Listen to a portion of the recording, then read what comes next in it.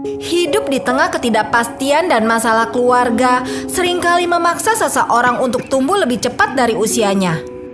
Di sebuah rumah yang penuh dengan ketegangan dan konflik, dua saudara, Amber dan Connor, menemukan satu-satunya kenyamanan dalam kebersamaan mereka. Mereka tumbuh bersama dalam keluarga yang bermasalah dan hidup dengan ketidakstabilan, tetapi selalu berjuang untuk masa depan yang lebih baik. Sejak kecil, Amber dan Connor selalu saling mendukung dalam masa-masa sulit. Ketika mereka akhirnya mendapatkan kesempatan untuk memulai lembaran baru di tempat tinggal yang lebih stabil, harapan mereka tampak menjadi kenyataan. Namun sebuah kejadian tak terduga di malam yang seharusnya penuh harapan malah mengubah segalanya dan membawa dampak yang tak terbayangkan dalam hidup mereka.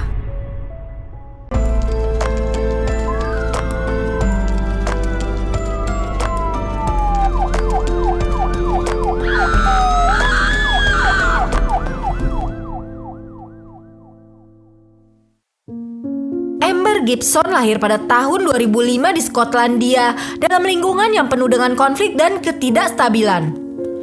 Orang tuanya memiliki hubungan yang dipenuhi oleh kekerasan fisik dan emosional, seringkali dilakukan secara terang-terangan di depan Amber dan kakaknya Connor.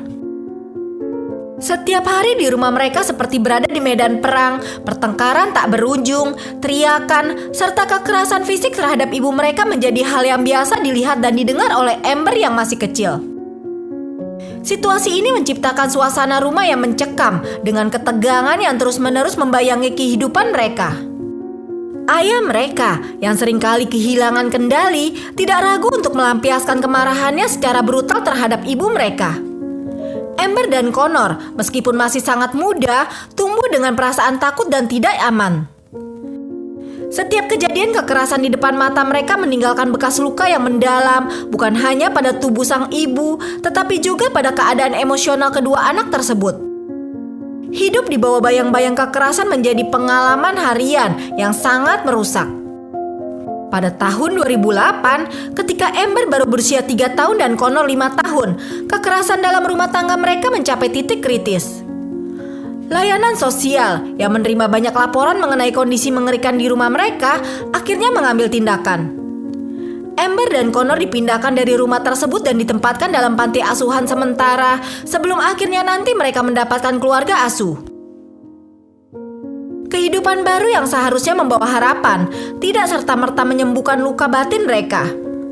Lingkungan yang baru memberikan perlindungan fisik, namun kenangan buruk dan perasaan takut tidak begitu saja hilang.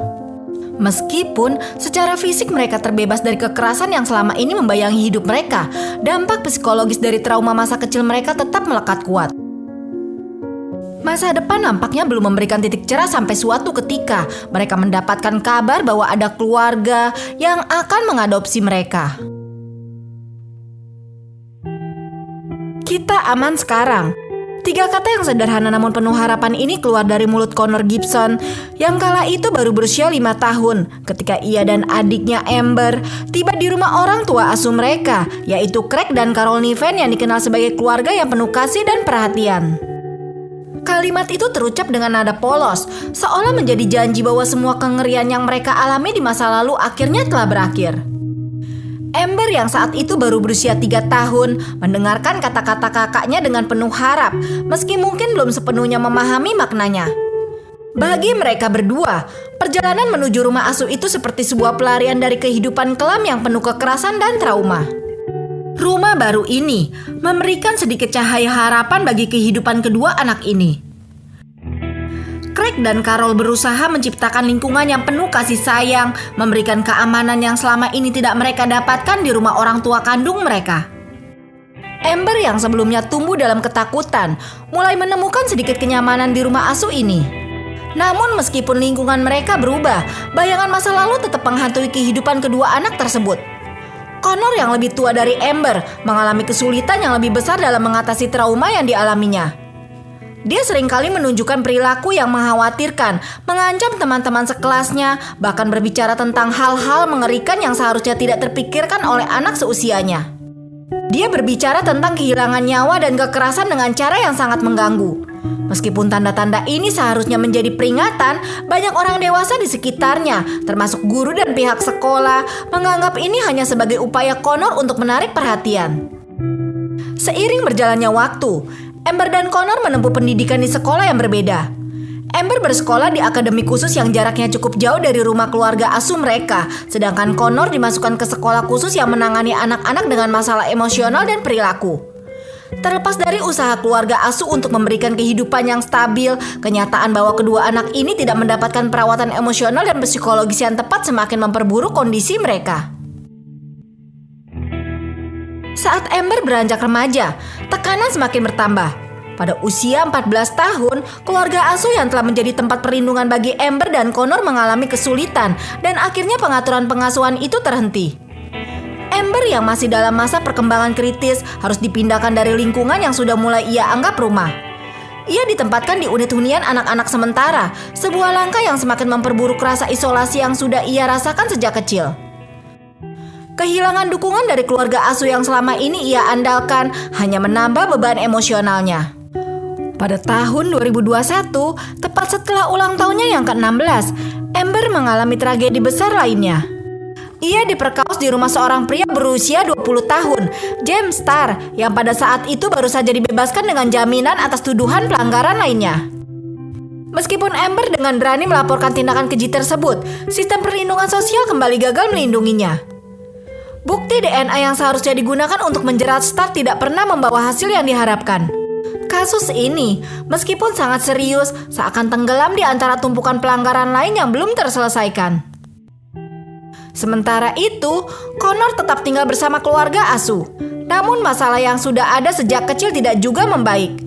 Ketika ia menginjak usia 18, Connor dipindahkan ke program perumahan bagi pemuda tunawisma dengan harapan ia bisa belajar hidup mandiri. Sayangnya, ia masih berjuang melawan trauma dan ketidakstabilan emosional yang terus membayangi hidupnya. Kedua saudara yang terpisah ini menjalani hidup dengan kesulitan masing-masing, berjuang menghadapi trauma dan luka masa lalu. Namun ketika mereka akhirnya bertemu kembali, harapan akan kebahagiaan yang dulu hilang justru berubah menjadi malapetaka yang tak terduga, membawa mereka ke dalam situasi yang lebih buruk dari sebelumnya. Pada malam 26 November 2021, Amber meninggalkan rumah anak-anak tempat tinggal sementaranya dengan penuh semangat, penuh harapan untuk pertemuan yang sangat dinantikannya. Namun malam itu berakhir dengan tragedi yang sangat mengejutkan dan tak terbayangkan. Meskipun Amber berniat untuk kembali ke tempat tinggalnya, dia tidak pernah melakukannya. 2 hari kemudian, pada 28 November 2021, jasad Amber ditemukan dalam kondisi mengenaskan di sebuah hutan terpencil di South Lanarkshire. Temuan forensik mengungkapkan kekerasan ekstrim serta indikasi kekerasan yang dialaminya sebelum kehilangan nyawanya. Temuan ini membuka babak baru dalam penyelidikan, menggambarkan penderitaan mendalam yang dialami Amber. Seiring penyelidikan berkembang, tim penyelidik menemukan informasi penting dari media sosial Amber. Ternyata, sebelum menghilang, Amber telah memposting sebuah foto selfie dengan judul "Kakakku" di Snapchat. Foto ini menunjukkan Amber bersama seseorang yang tampak akrab dan bahagia, yang dalam konteks kasus ini menjadi petunjuk krusial tentang orang terakhir yang berada di sekelilingnya.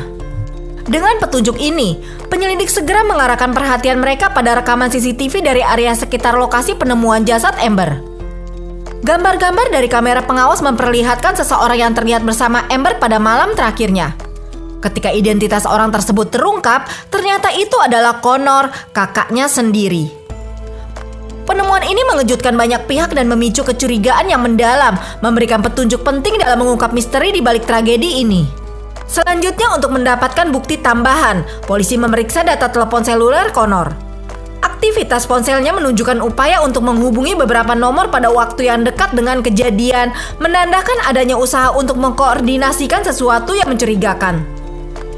Penyelidikan forensik lebih lanjut pada pakaian dan barang-barang pribadi Connor, mengungkapkan jejak noda merah yang cocok dengan DNA Amber, memberikan bukti kuat keterlibatannya. Selama penyelidikan, pernyataan Connor seringkali tidak konsisten dengan bukti-bukti yang ditemukan, semakin memperkuat dugaan keterlibatannya. Dengan bukti yang semakin menguat, Connor Gibson ditangkap dan didakwa dengan penghilangan nyawa dan pemerkosaan. Dan berdasarkan pemeriksaan lebih lanjut serta bukti-bukti yang ada, inilah yang mungkin terjadi kepada Amber di hari naas tersebut.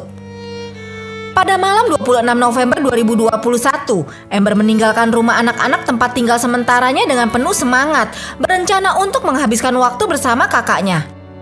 Sebelum menghilang, ia mengirimkan foto selfie dengan judul "Kakakku" di Snapchat, menunjukkan kebahagiaannya saat bersama Connor.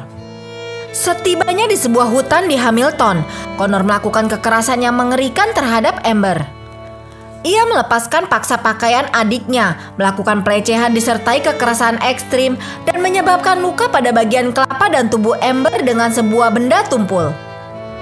Setelah puas melakukan tindakan kejam tersebut, Connor menekan leher Amber hingga menghilangkan nyawanya.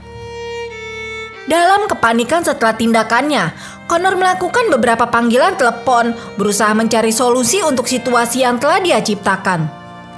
Akhirnya, ia memutuskan untuk meninggalkan tubuh Amber di hutan. Beberapa waktu kemudian, tubuh Amber ditemukan oleh seorang pria parubaya bernama Stephen Corrigan. Namun, alih-alih melaporkan penemuannya kepada pihak berwajib, Corrigan justru melakukan serangan tambahan terhadap tubuh Amber serta berusaha menyembunyikannya, hingga baru 2 hari kemudian polisi berhasil menemukan gadis malang itu.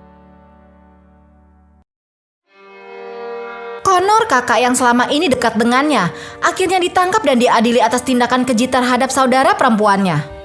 Ia dituduh melakukan penculikan, pemerkosaan, dan penghilangan nyawa terhadap Amber. Selama proses hukum yang panjang dan melelahkan, banyak pihak terlibat dalam upaya untuk memastikan bahwa keadilan ditegakkan. Pengacara, jaksa, dan penyelidik bekerja keras untuk membangun kasus yang kuat, sedangkan keluarga dan teman Amber menunggu dengan penuh harapan. Motif dibalik tindakannya tidak dijelaskan secara detail dalam persidangan. Namun bukti menunjukkan bahwa dia memukul korban dengan benda tumpul dan menekan bagian lehernya. Jaksa menggambarkan kasus ini sebagai hal yang sangat kejam dan menekankan bahwa ini adalah pengkhianatan kepercayaan antara saudara kandung.